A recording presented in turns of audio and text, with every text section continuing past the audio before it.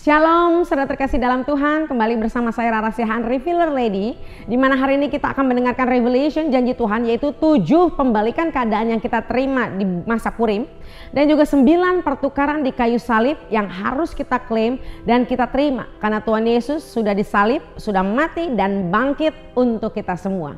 Yang pertama dari Purim dulu saudara, apa aja sih 7 pembalikan keadaan yang kita terima?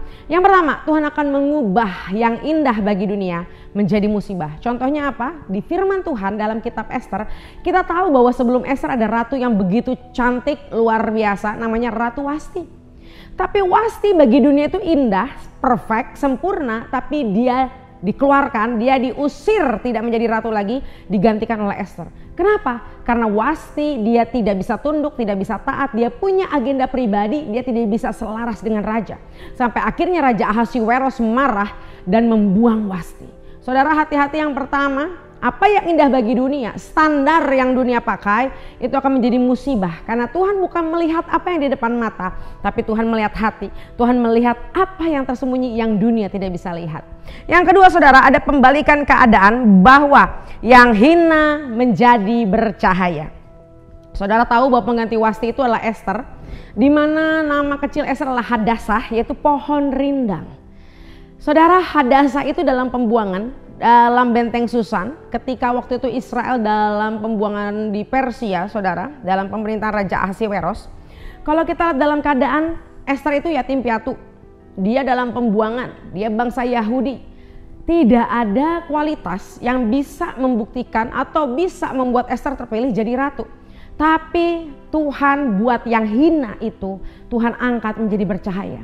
Karena Esther dia mau mengikuti apa yang orang-orang mau, dia mengikuti agenda Tuhan, dia taat, dia tidak hanya fokus kepada apa yang dia kejar untuk pribadinya, dan akhirnya Tuhan angkat dia dari yang hina jadi bercahaya. Esther mengorbankan impian pribadinya.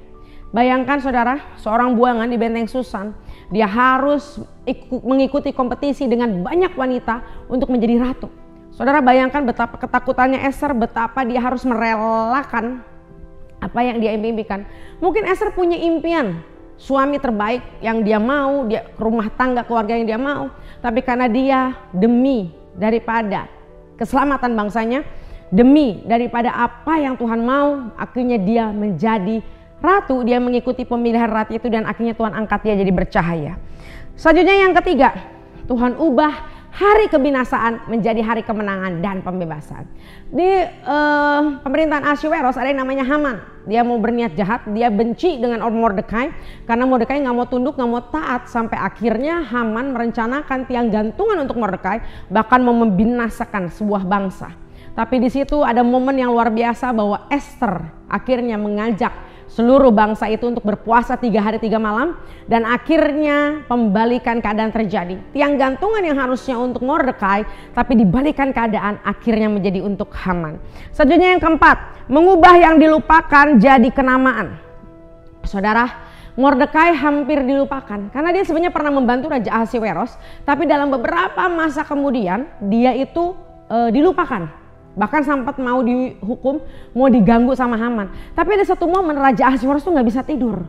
Tiba-tiba dia suruh anak buahnya untuk buka catatan orang-orang yang pernah berjasa pada kerajaannya. Dan muncullah nama Mordekai. Dan akhirnya Mordekai terima penghormatan, terima penghargaan, dan dia diangkat oleh Raja Ahasiweros menjadi orang yang punya kedudukan. Bayangkan saudara, dari dilupakan menjadi kenamaan. Wow saudara, yang kelima, Tuhan sedang mengubah tawanan untuk menjadi orang-orang yang mendapat jarahan. Israel waktu itu dalam masa pembuangan, dia merupakan tawanan di Persia, di Raja Ahasiweros. Tapi pada masa itu ketika pembalikan terjadi, Purim terjadi, orang-orang Israel, bangsa Yahudi, dia bisa menjarah harta kekayaan daripada bangsa Persia. Wow saudara, Tuhan sedang mengubah seperti itu. Dari tawanan, dari tertindas, justru kita menerima jarahan dan kekayaan. Yang keenam, mengubah tempat penderitaan jadi tempat kekuasaan. The place of your pain will become the place of your reign. Tempat di mana kau menderita, di mana kau merasa terbuang, tempat di mana kau merasa terjajah, di mana engkau luka, percaya Tuhan akan gantikan itu menjadi engkau berkuasa. Seperti Mordekai dan Esther, itu tempat pembuangan, tempat yang gak enak, mereka hampir dihukum, hampir dibinasakan. Tapi Tuhan bisa mengubah keadaan itu sehingga akhirnya Mordekai dan Esther mereka berkuasa. Wow. Dan yang terakhir, yang ketujuh, Tuhan mengubah dari yang diberi menjadi memberi. Ketika waktu itu bangsa Israel itu diberi terus karena mereka ada dalam pembuangan, dia hanya memanfaatkan atau mengandalkan pemberian daripada Raja Ahasweros. Dia hidup dari pemberian. Tapi ketika Purim terjadi, mereka sudah menjarah, mereka membagi-bagikan makanan. Mereka memberikan sukacita. Hari ini kita bukan hanya menjadi orang-orang yang menerima, tapi kita juga akan memberi di dalam nama Tuhan Yesus. Amin. Demikian 7 janji perubahan keadaan, pembalikan keadaan di masa Purim ini yang saudara harus klaim. Catat kembali 7 poin itu dan terus deklarasikan saudara, sampai saudara melihat tanda keajaiban manifestasinya dalam hidup saudara. Selanjutnya di part kedua, saya ini akan bahas sekarang 9 pertukaran di kayu salib yang kita harus klaim. Di masa Jumat Agung, di masa kebangkitan ini kita klaim apa saja sih yang kita bisa terima? Pertukaran apa sih di kayu salib sehingga kita terima kemenangan? Yang pertama saudara, Tuhan Yesus sudah dihukum di atas kayu salib sehingga kita adalah orang-orang yang harusnya dihukum tapi kita jadi diampuni. Saudara, ketika Tuhan Yesus dia dihukum, dia disalib, dia menanggung hukuman yang seharusnya bukan Tuhan Yesus yang alami. Tuhan Yesus nggak berdosa, tapi dia memikul hukuman dari umat manusia. Supaya apa? Supaya kita semua, kita beroleh pengampunan. Dia dicambuk, dia diberi mahkota duri, dia disalib karena dia mengasihi kita sehingga kita terima pengampunan itu. Hari ini tidak ada dakwaan lagi, tidak ada tuduhan lagi. Kalau iblis hari ini sering sekali mengintimidasimu dengan dosa-dosa pelanggaranmu, hari ini kau harus angkat perjanjian dengan darah Yesus yang berkata bahwa di atas kayu salib sudah lunas, dosaku sudah diampuni. Aku perkatakan bahwa darah Yesus hari ini sudah mengampuni hidupku. Amin saudara. Yang kedua, Tuhan disakiti supaya kita sembuh. Ada 39 cambukan yang Tuhan Yesus terima saat dia mengalami proses salib saudara. Saudara, dalam ilmu kedokteran kalau dikategorikan seluruh penyakit di dunia ini secara garis besar itu ada 39 penyakit saudara sebenarnya. Walaupun nanti ada banyak jenis-jenis yang lain, tapi secara ilmu kedokteran cabang-cabang utamanya itu 39. Dan waktu itu cambukan Tuhan Yesus 39. Dan firman itu juga dengan jelas bilang, oleh bilur-bilurnya kita sudah sembuh. Sesungguhnya sakit penyakit kita yang sudah ditanggung di atas kayu salib. Hari ini kau yang sedang sakit, kau yang sedang dalam kelemahan tubuh, klaim. Aku perkatakan ada pertukaran di atas kayu salib. Tuhan Yesus sudah menanggung sakit penyakitku supaya aku sembuh, aku sehat dan terima kehidupan yang lebih luar biasa lagi. Amin saudara. Yang ketiga, Tuhan telah mengambil dosa kita supaya kita mengambil kebenarannya. Saudara, Tuhan sudah mengambil dosa-dosa kita sehingga kita bisa hidup dalam kebenarannya saudara. Tuhan Yesus yang tidak berdosa, dia mengambil dosa itu supaya kita bisa hidup dalam kebenarannya. Kita kalau dibilang saudara, orang doa orang benar besar kuasanya. Kalau saudara dengar ayat itu, doa orang benar besar kuasanya. Secara logika, manusia itu gak ada yang benar, gak ada yang kudus. Tapi karena Tuhan Yesus sudah mengorbankan dirinya di atas kayu salib, dia sudah menanggung dosa seluruh dunia. Akhirnya kita yang berdosa, kita bisa menyebut diri kita orang-orang benar. Walaupun dalam kenyataannya sehari-hari mungkin ada beberapa banyak hal kau jatuh dalam dosa, kau tidak sempurna. Tapi kita harus percaya dengan darah Yesus, kita hidup dalam kebenarannya. Amin. Selanjutnya, yang keempat, Tuhan Yesus dimiskinkan supaya kita diperkaya. Dalam firman Tuhan disebutkan bahwa Tuhan juga menanggung kemiskinan kita.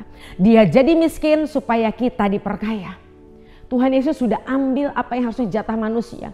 Tapi dia ambil itu semua karena dia cinta sama kita. Sehingga hari ini kita klaim. Kalau hari ini saudara sedang mengalami kesulitan keuangan, saudara mengalami titik terendah dalam perekonomianmu, kau klaim darah Yesus. Tuhan, aku perkatakan bahwa di atas kayu salib Tuhan sudah ambil setiap kemiskinanku dan ubah aku menjadi orang-orang diberkati dan berlimpah. Amin saudara. Selanjutnya, yang kelima, Tuhan menanggung rasa malu kita sehingga kita terima kemuliaan. Saat Tuhan Yesus ditelanjangi hanya memakai cawat, diberi mahkota duri, diolok-olok, dicemooh, Tuhan sedang menanggung rasa malu saudara. Itu dia lakukan apa? Supaya kita beroleh kemuliaan. Hari ini apapun rasa malumu, rasa engkau bersalahmu, setiap yang membuat engkau merasa nggak layak untuk melayani Tuhan, untuk kau berdiri tegak, hari ini ingat Tuhan Yesus sudah mengambil malu setiap kita, sehingga kita bisa terima kemuliaannya yang lebih dahsyat lagi. Selanjutnya yang keenam, Yesus ditolak supaya kita diterima, saudara. Hari ini saudara, ayo terima kepercayaan diri yang ilahi. Kau adalah orang-orang yang memiliki DNA Kristus. Engkau diterima, engkau layak, engkau bukan orang-orang buangan. Tuhan Yesus ditolak oleh banyak orang. Tuhan Yesus ditolak bahkan orang-orang yang pernah menerima kebaikannya. Dia alami penolakan, dia alami rejection. Dia tanggung itu semua di atas kayu salib. Supaya kita anak-anaknya mengalami penerimaan. Iblis bisa mengintimidasimu, tapi kau harus lawan itu. Dan kau harus tahu jati dirimu. Kau harus tahu identitasmu. Kau harus klaim bahwa kau adalah orang yang diterima. Kau adalah orang-orang yang layak. Seringkali banyak orang gak mau melayani. Karena apa? Karena dia merasa gak layak, dia merasa gak mampu, dia gak pede dan lain sebagainya. Tapi hari ini ayo berubah. Engkau yang hari ini sedang menonton YouTube ini dan kau sedang berpikir untuk melayani Tuhan tapi sering kau terintimidasi, hari ini ayo maju melangkah dengan iman. Karena Tuhan sudah melayakkan hidupmu. Engkau bukan orang-orang yang tertolak lagi, tapi Tuhan menerima engkau apa adanya. Amin, saudara. Yang ketujuh, Tuhan Yesus ambil kutuk supaya kita hidup dalam berkat. Saudara, di atas kayu salib Tuhan menanggung kutuk setiap kita. Jadi hari ini apapun kutuk keturunan, kutuk nenek moyang, kutuk atas tanah, kutuk apapun, bahkan dari kuasa gelap, penyembahan berhala, kita klaim darah Yesus. Bahwa setiap kutuk itu sudah berubah jadi berkat. Apapun yang pernah terjadi di garis darah keturunanmu, bahkan kutuk yang dilepaskan dari orang-orang yang jahat, atau kutuk yang berasal dari tanah tempat tinggalmu, hari ini percaya bahwa darah Yesus sudah membebaskan kau. Percaya bahwa di kayu salib sudah ada pertukaran, bahwa setiap kutuk sudah berubah jadi berkat di dalam nama Yesus. Yang kedelapan, Tuhan Yesus menjalani kematian supaya kita menerima kehidupan dan kekekalan. Hukuman yang Tuhan Yesus alami di dunia, disalib, mati, dikuburkan, tapi dia bangkit, saudara. Dia mengalahkan maut. Dia tanggung semua sakit penyakit, noda, malu, tertolak, kutuk semua, dan sampai akhirnya di titik terakhir yaitu maut. Tapi pada hari ketiga Tuhan Yesus bangkit, saudara. Musuh terakhir yang Tuhan Yesus hadapi dan Tuhan Yesus menang adalah apa, saudara? Maut atau kematian. Tapi ada firman Tuhan berkata, hai maut di mana sengatmu? Dan hari ketiga Tuhan Yesus bangkit. Dan hal yang sama itu terjadi pada kita. Apapun maut yang sedang mengintai hidupmu, baik itu secara rohani, kejiwaan, bahkan fisik. Percaya hari ini klaim darah Yesus dan berkata bahwa Tuhan Yesus sudah menang atas maut, maka saya pun menang atas maut. Aku terima kehidupan, aku terima kekekalan, aku dan keluargaku diselamatkan dan kami tidak binasa. Karena ada kuasa darah Yesus yang menebus dan memulihkan hidup kita. Amin, saudara. Dan yang terakhir, yang ke-9, saat disalibkan, saudara, Tuhan Yesus itu mati sebagai anak manusia. Supaya ada pertukaran apa? Supaya kita bisa hidup sebagai anak Allah. Tuhan Yesus Tuhan. Tuhan Yesus adalah Tuhan dan Juru Selamat. Dia datang ke dunia. Dia mengorbankan dirinya sendiri sebagai wujud anak manusia. Tetapi supaya kita mengoleh pertukaran. Sehingga kita bukan lagi hidup sebagai anak manusia biasa. Kita anak Allah. Kitalah manusia-manusia yang memiliki perjanjian. Kita manusia-manusia yang memiliki kuasa, otoritas kerajaan surga. Kita berhak mendapat siap penggenapan janji Tuhan. Karena apa? Karena ada kuasa salib Kristus, ada kuasa kematian dan kebangkitannya. Sehingga kita bukan lagi jadi anak-anak manusia biasa, tapi kita anak-anak Allah yang terima kuasa, otoritas, dan kita menjadi saluran berkat. Kita jadi wakil dalam tanda kutip. Kita menjadi orang-orang yang akan menyatakan kemuliaan Tuhan, menjadi orang-orang yang menjadi saluran kuasa Tuhan di dunia ini. Kita adalah anak Allah, kita anak Tuhan, saudara. Amin. Karena dia Bapa kita, dia Tuhan kita yang sudah mati, yang sudah berkorban, yang sudah menebus hidup kita. Tapi dia tidak kalah. Dia sudah bangkit karena kubur kosong membuktikan dia hidup. He is risen, dia bangkit, dan kita juga semua pasti bangkit. Amin, saudara. Mari klaim 9 pertukaran di kayu salib itu dan saudara rasakan ada jamahan kuasa Tuhan, ada mujizat, ada pembalikan keadaan terjadi atas hidupmu. Tetap semangat, saudara. Dan akhir kata, saya Rara Siahan Revealer Lady mengakhiri video ini dengan satu kata, tuntas.